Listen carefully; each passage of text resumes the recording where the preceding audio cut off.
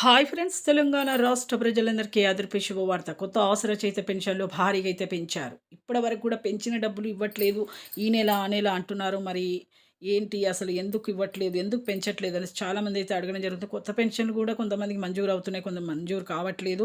మరి ఎందుకు అనేసి అడగడం జరుగుతుంది. ప్రతి ఒక్కరు కూడా ఇన్ఫర్మేషన్ క్లారిటీగా అయితే చెప్తానండి. స్కిప్ చేయకుండా అయితే వీడియో అయితే చూడండి.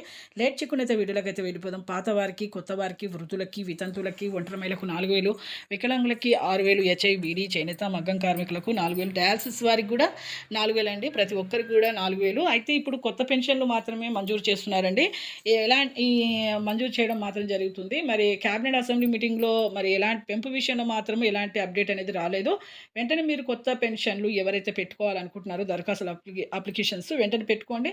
ప్రతి ఒక్కరికి కూడా మీకు 2016 నుంచి 4,016 వరకు అయితే మీకు ఖచ్చితంగా అయితే అందరికైతే ఈ అప్డేట్ అనేది వచ్చిందండి. మీకు మంజూరు అయితే చేస్తున్నారు. లైక్ చేయండి, షేర్ చేయండి, సబ్స్క్రైబ్ చేయండి. చూసారు కానీ థ్యాంక్స్ ఫర్ వాచింగ్.